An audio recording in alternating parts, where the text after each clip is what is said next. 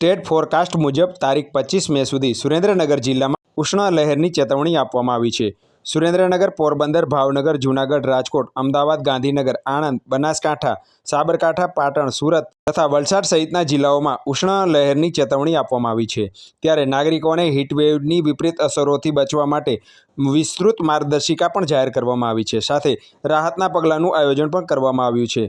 ખાસ કરીને શારીરિક શ્રમનો ઉપયોગ હોય તેવા કાર્યો કરતા લોકોને હીટવેવની વિપરીત અસરથી વધુ સંભાવનાઓ ધ્યાને રાખતા સ્ટેટ ઇમરજન્સી ઓપરેશન સેન્ટર દ્વારા શ્રમિકોને હીટવેવની સંભવિત અસરોથી રક્ષણ આપી શકાય તે માટે જરૂરી સૂચના અને માર્ગદર્શન પણ આપવામાં આવ્યું છે.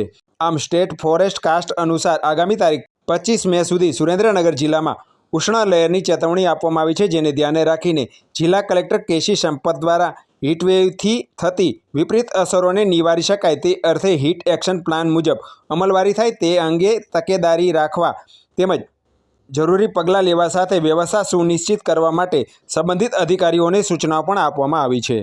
ખાસ કરીને સુરેન્દ્રનગરમાં સવિશેષ તાપમાન નોંધાઈ રહ્યું છે, ત્યારે શહેરીજનોને શું સંદેશ આપશો?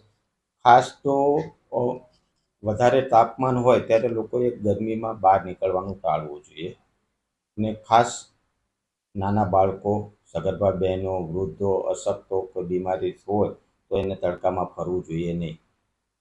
વિશેષમાં અત્યારે ગરમીનું તાપમાન વધારે હોય તો ખુલ્લા કપડાં, સુતરાઉ કપડાં પહેરવા જોઈએ, પાણી પુષ્કળ પીવું જોઈએ, શક્ય હોય તો લીંબુ શરબત પીવું જોઈએ અને કદાચ કોઈ કારણોસર બહાર નીકળે તો માથે ભીના કપડાનું થી ઢાંકી રાખવું જોઈએ, જેથી એને ગરમીનું પ્રમાણ શરીરમાં ઓછું લાગે. ખાસ કરીને સાહેબ, કોઈ લૂ લાગી ગયા હોય એવા કિસ્સામાં પ્રાથમિક સારવાર મળે એના માટે શું કરવું જોઈએ? ખાસ તો લૂ લાગે કે એવું કંઈક સામાન્ય ચિહ્નો લાગે તો તરત પ્રવાહી પીવું જોઈએ. ગરમીમાંથી ઠંડા સ્થળે જ્યાં છાંયડો હોય ત્યાં પહોંચવું જોઈએ અને વધારે પડતી ચક્કર લાગે કે કંઈ તકલીફ લાગે તો નજીકના કોઈ પણ સરકારી આરોગ્ય કેન્દ્ર અથવા કોઈ હોસ્પિટલોમાં સંપર્ક કરીને એની સારવાર કરાવવી જોઈએ.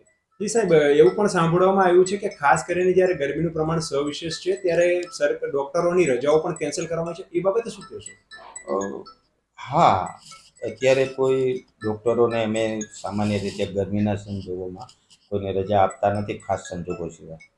જી સાહેબ, ખાસ કરીને આ ગરમીની અસર કોને કોને થઈ શકે? ખાસ તો વધારે ગરમીની અસર વૃદ્ધો, સગર્ભા મહિલા કે નાના બાળકોને વધારે અસર થઈ શકે. જી સાહેબ, રણપટ્ટામાં ગરમીનું પ્રમાણ સવિશેષ હોય છે, ત્યારે રણપટ્ટામાં કેવી પ્રકારની તૈયારીઓ કરવામાં આવી છે?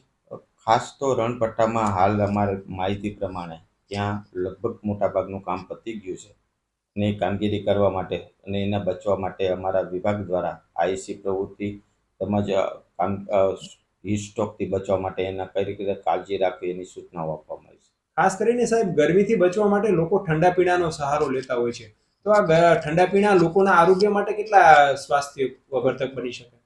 ખાસ તો ઠંડા પીણા કરતાં અમે પ્રવાહી લેવાની વધારે સૂચના આપીએ છીએ. લીંબુ શરબત કે સામાન્ય પ્રવાહી લેવાની વધારે. એટલે સાહેબ, ઠંડા પીણાથી લોકોના આરોગ્યને અસર થઈ શકે ખરી? ના, એટલું બધું કોઈ सामान्य થઈ શકે. भैया बहुत गर्मी है आपके सुरेंद्रनगर में, तो अहमदाबाद से भी ज़्यादा.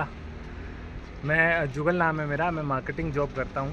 अभी आया था अहमदाबाद से, मतलब 2 डिग्री ज़्यादा ही होगा यहाँ पे. बहुत मुश्किल हो पा रहा है धूप में घूमना वगैरह. आप सभी लोगों को हिदायत है मैक्सिमम आप घर पे रहें, जितना हो सके लिक्विड लें, जूस पिएं